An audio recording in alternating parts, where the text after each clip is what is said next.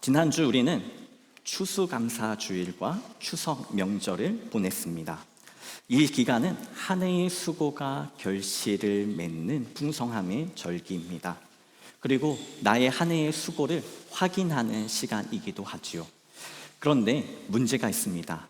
언제나 우리는 내가 원했던 만큼 결과를 얻지 못한다는 사실입니다. 그래서 이 시기는 동시에 열심히 일했음에도 기대만큼 결실을 거두지 못하거나 손에 잡힌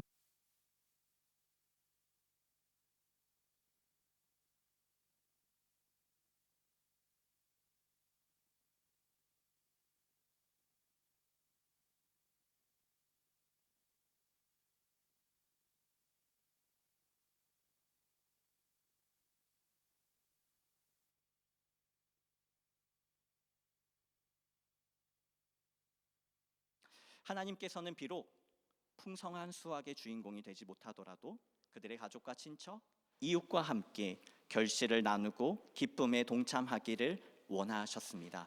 그 이유는 다른 것이 아닙니다. 결실의 시간에 소외되지 않기를 원하셨습니다. 또 열매를 나누는 그 자리를 통해 다시 힘과 용기를 얻기를 원하셨고 위로와 격려의 시간이 되기를 원하셨습니다. 그 시간을 통해 모든 사람들에게 소망을 주기를 원하셨던 것이지요. 그러면 성경이 말하는, 오늘 본문이 말하는 소망은 무엇일까요? 오늘 본문은 이렇게 말합니다. 소망을 하나님께 두라. 칼 마르크스는 과거 기독교 중심적 사회 속에서 종교는 아편이라는 말을 했습니다. 실체 없는 맹목적 신앙, 미래에 대한 무한한 긍정과 축복에 대한 기대가 사람을 현실로부터 마비시킨다고 본 것입니다. 당연히 맹목적인 축복과 긍정, 희망 고문이 맞습니다. 그런데 여기서 마르크스가 간과한 점이 있습니다. 기독교에서 말하는 참된 신앙과 참된 소망은 결국 누구나 잘 될 것이라는 미래에 대한 막연한 기대를 말하는 것이 아닙니다. 그것은 하나님에 대한 우리의 기억과 하나님 앞에 드리는 신뢰, 그리고 실제적인 경험에 기반한 것입니다. 그래서 오늘 본문에서 하나님께 소망을 두라는 이 고백은 단순한 낙관주의가 아니라 하나님의 약속에 근거한 확신이며 말씀입니다. 이 소망은 현실을 외면하는 도피가 아니라 오히려 현실 한가운데서 역사하시는 하나님의 손길을 신뢰하는 믿음인 것입니다. 시편 42편 말씀을 통해 불안 속에서도 불안함이 찾아올 때 하나님께 두는 참된 소망에 대해 말씀을 나누고자 합니다. 오늘 시편 42편은 고라자손의 맞쓰길, 곧 교훈으로 인도자를 따라 부르는 노래입니다. 이스라엘 백성들이 하나님께 예배를 드릴 때 부르던 찬양입니다. 이 시편이 원래 다윗과 관련된 내용으로 기록되었고 또 이후에 고라자손에 의해 불려진 것으로 그 전통이 유래되고 있습니다. 우리는 다윗 하면 떠오르는 것들이 있습니다. 골리앗을 무너뜨린 위대한 왕, 또 한 영웅으로 알려져 있지요. 그래서 골리앗을 쓰러뜨리고 승승장구하며 걱정할 것도 없고 두려워할 것도 없고 염려할 것도 없는 한 인생을 살아간 사람을 다윗으로 기억합니다. 그런데 성경을 자세히 읽어보면요, 오히려 다윗은 그 성공이 오히려 독이 되어서 사울 왕의 집중 견제를 받았습니다. 왕이 되기까지도 여러 번 죽음의 위기를 넘겨야 했고요, 또 처음부터 이스라엘 전체를 다스리지 못했습니다. 유대 지파와 베냐민 지파만 다스렸고 이후에 돼서야 이스라엘 전체를, 통일된 이스라엘을 다스릴 수 있었습니다. 우리가 생각하기에 다윗은 정말 이상적인 왕으로서 하나님의 칭찬도 받고 또 정치적으로나 역사적으로 큰 업적을 이룬 왕으로 기억하고 있지만, 그러나 성경의 여러 기록을 종합해 보면요, 다윗은 우리가 생각했던 것보다 그리 좋은 왕은 아니었습니다. 다윗은 생각보다 난폭하고 잔인한 면이 있었지요.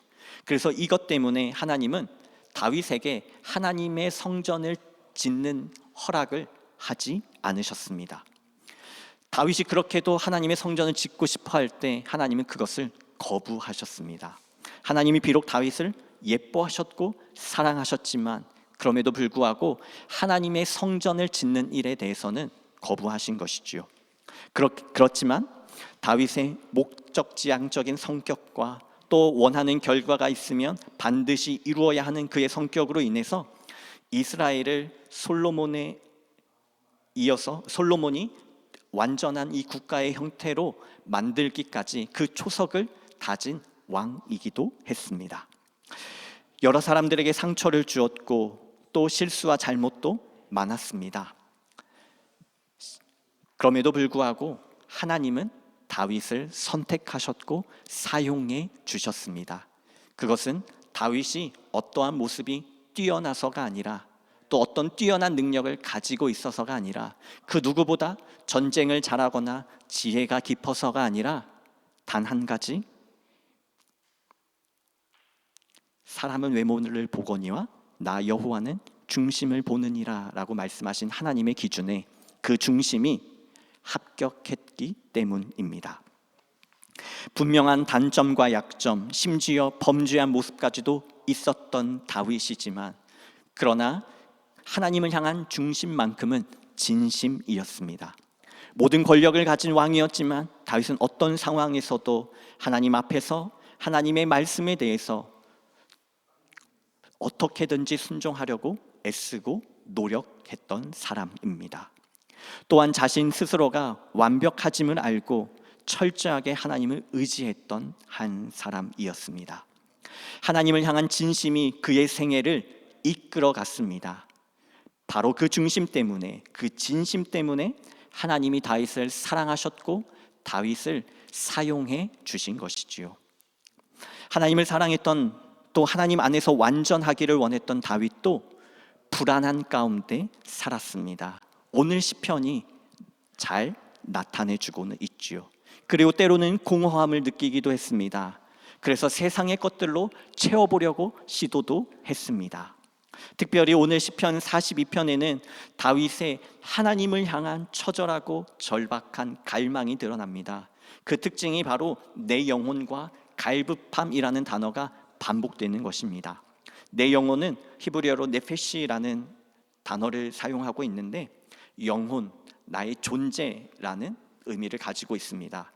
우리가 언제 존재에 대해 고민을 합니까? 바로 내 뜻대로, 내 힘대로, 내 생각대로 되지 않을 때 나는 누구인가? 나는 여기서 무엇을 하고 있는가? 그 존재에 대해서 질문을 합니다. 지금 다윗의 시가 그러한 상황을 나타내고 있는 거죠. 그래서 다윗은 이 반복을 통해 자신의 내면 깊은 곳에서 이 공허함과 허무함을 마주하고 있고 또 그 가운데 하나님을 향한 그리움, 목마름을 토로하고 있는 것입니다. 그래서 살아계신 하나님의 임재를 구하는 간절한 마음이 이 시편 42편에 잘 나타나고 있습니다. 그런데 이런 상황들이 일반적으로 어떤 상황들입니까? 바로 하나님이 안 계시다는, 하나님이 부재함을 경험할 때입니다. 나는 한다고 했는데 하나님이 나를 도와주시지 않는 것 같고, 하나님이 안 계신 것 같고, 하나님이 나를 버리신 것 같은 그때에 바로 우리는 하나님을 찾게 되는 것이지요. 또 오늘 시편 42편 3절을 보니까 이렇게 기록하고 있습니다. 내 하나님이 어디 있느냐. 그를 둘러싼 사람들은 그의 고난과 곤경을 염려해 주는 것 같고 위로해 주는 것 같지만 그러나 비웃으며 이렇게 조롱합니다. 네 하나님이 어디 있느냐.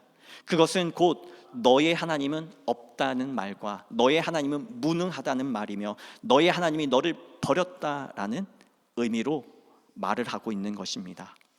그래서 지금 다윗은 하나님의 이름과 능력을 조롱하는 그들의 말 속에서, 그들의 시선 속에서, 그들의 행동 속에서 깊은 아픔과 상처를 가지고 있는 것이지요.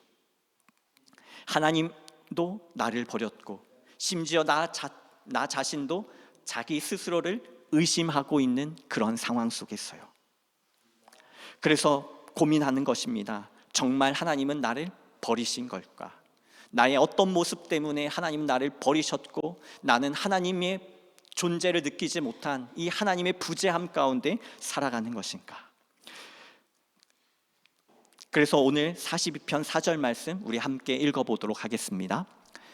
시작. 내가 전에 성회를 지키는 무리와 동행하여 기쁨과 감사의 소리를 내며 그들을 하나님의 집으로 인도하였더니 5절 말씀이에요. 이제 이 일을 기억하고 내 마음이 상하는도다. 5절. 내 영혼아 네가 어찌하여 낙심하며 어찌하여 내 속에서 불안해하는가? 너는 하나님께 소망을 두라. 그가 나타나 도우심으로 말미암아 내가 여전히 찬송하리로다. 아멘. 과거에는 하나님의 인도하심과 은혜를, 그 위대하신 능력을 체험해서 기쁨으로 예배의 자리에 나갔습니다. 그리고 다른 사람들도 이 예배의 자리에 초청했습니다. 그리고 자랑했죠. 내가 믿는 하나님, 나를 인도하신 하나님이 누구이신가를 선포했습니다. 그런데 이제는 상황이 달라졌습니다. 하나님의 침묵이 계속되고 있고요. 앞이 캄캄한 현실 속에서 기도해도 응답이 없는 시간을 보내고 있습니다. 아무리 노력하고 헌신해도 마음속 깊은 곳에 갈급함과 공허함이 밀려오는 것입니다. 그때 다윗은 하나님께 절규하며 외친 것입니다. 하나님, 당신은 어디에 계십니까? 나의 신음에도 나의 고통에도 왜 응답하지 않으십니까? 그때 이 다윗은 비참한 현실 속에서 더욱더 하나님을 사모하며 이렇게 고백합니다. 아니, 자신을 향해 이렇게 명령하며 선포합니다. 내 영혼아 네가 어찌하여 낙심하며 어찌하여 내 속에서 불안해하는가? 너는 하나님께 소망을 두라. 그가 나타나 도우심으로 말미암아 내가 여전히 하나님을 찬송하리로다. 아멘. 제가 여기에서 가장 중점을 두고 본 단어가 바로 여전히입니다. 여전히. 스틸이라는 표현인데요. 우리가 스틸이라는 찬양도 하는데 영어를 잘 아시는 분들은 이제 스틸이 어떤 의미로 사용되는지 잘 아실 거예요. 스틸이 여전히라는 의미도 있지만 그럼에도 불구하고 라는 의미를 가지고 있습니다.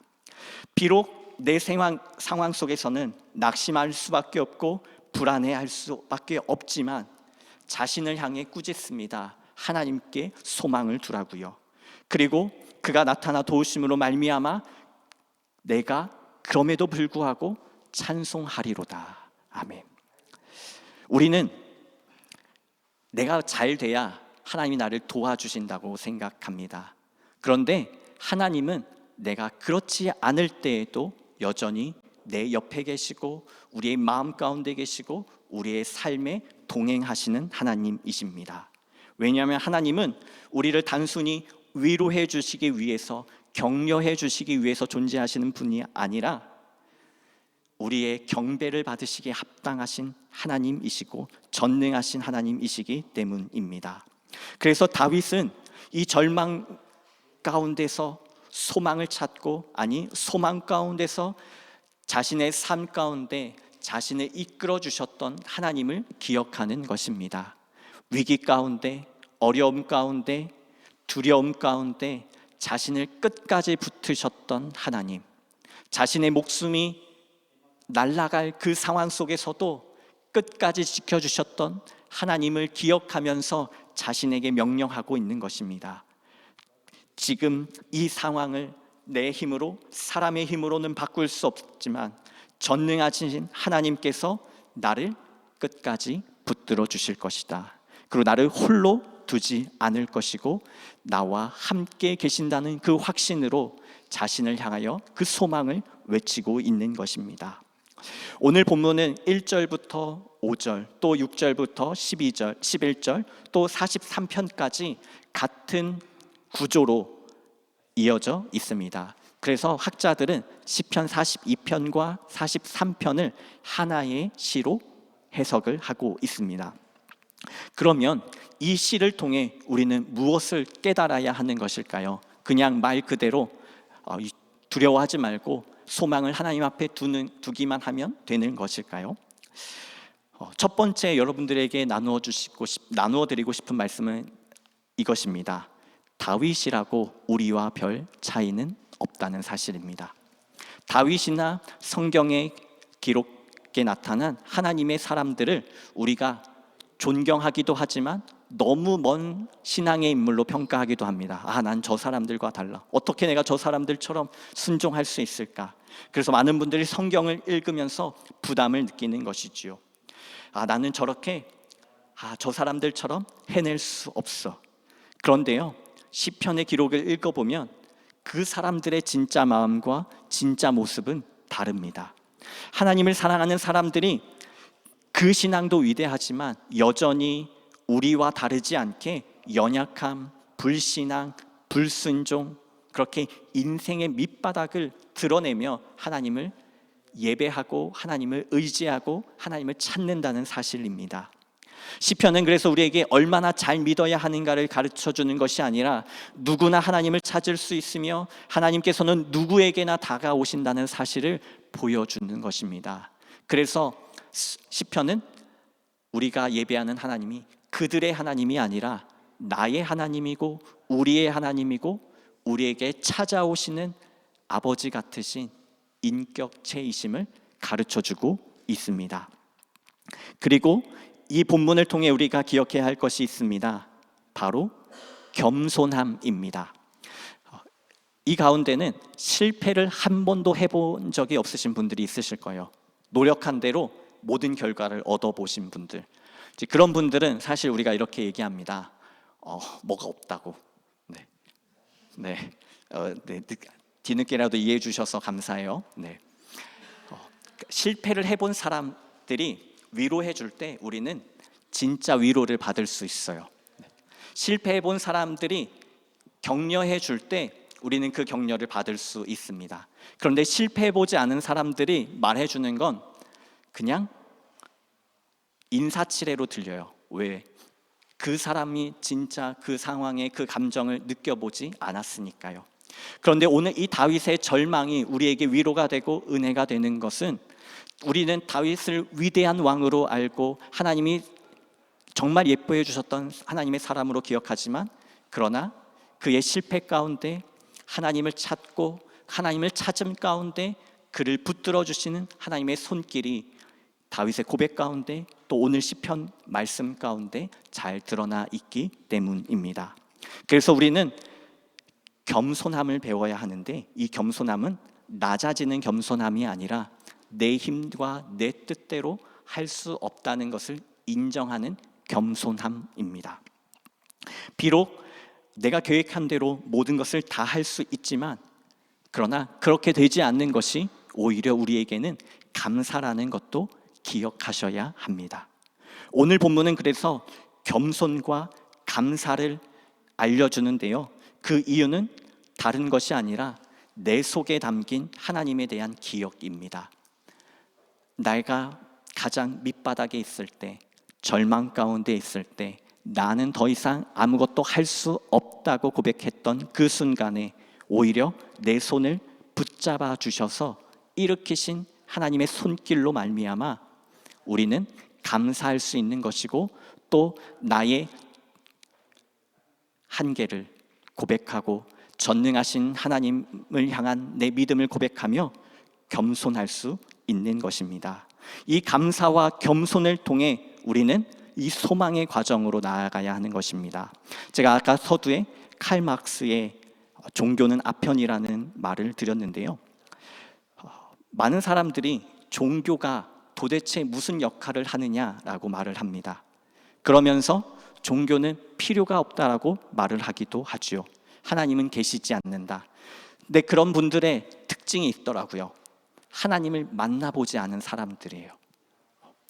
하나님을 만나보지 않은 사람들이 하나님이 없다고 말을 하더라고요. 그런데 제가 교회 와서 또 이미 신앙을 경험하고 신앙을 오랜 시간 지켜온 분들의 간증과 고백을 들으면서 저 또한 기대하는 것은 그 하나님이 나의 하나님이 되기를 원하고, 그 하나님께서 역사하셨던 그 위대함이 오늘 나에게도 이루어지기를 기대하면서 소망할 때 하나님께서 우리의 삶 가운데 찾아오심을 우리는 경험하게 되는 것입니다. 나에게 찾아오심을 경험하면서 내 삶 가운데 역사하시는 위대하심을 경험할 때 우리는 이 다윗의 고백처럼 이렇게 말을 할 수 있습니다. 내 영혼아, 내가 어찌하여 낙심하며 어찌하여 내 속에서 불안해하는가? 너는 하나님께 소망을 두라. 이것은 그냥 맹목적인 신앙, 믿기만 하면 잘 돼, 믿기만 하면 하나님 언젠가 축복을 주실 거야, 그것이 아니라 하나님과 나의 관계 속에서 나의 기억을 통하여 하나님이 누구이신지를 온전히 또 정확하게 고백하는 신앙이 바로 나의 소망의 힘의 근원이자 원천이라는 것입니다. 그래서 여러분들도 하나님께 소망을 두고 계십니까? 그 소망의 힘은 어디서 나오는지를 확인하시기 바랍니다. 다윗은 자신의 믿음과 자신을 인도하신 하나님의 역사를 통해 그 소망의 근원을 설명하고 있습니다. 우리 역시도 내가 가진 하나님 앞에 소망을 두는 이 소망이 하나님께서 하나님과 나와의 관계에서 나오는 기대이며 소망이어야 하는 것이죠. 그렇게 될 때 우리는 그가 나타나 도우심으로 말미암아 내가 하나님을 여전히 찬송할 수 있는 것입니다. 비록 아직 상황이 바뀌지 않았고 아직 문제가 해결되지 않았고 여전히 절망 가운데 있지만 그럼에도 불구하고 내 하나님을 찬송할 수 있는 것입니다. 우리는 이 불안함이 찾아올 때 세 가지를 그래서 점검해야 합니다. 바로 겸손함과 감사함과 기대함, 바로 소망입니다.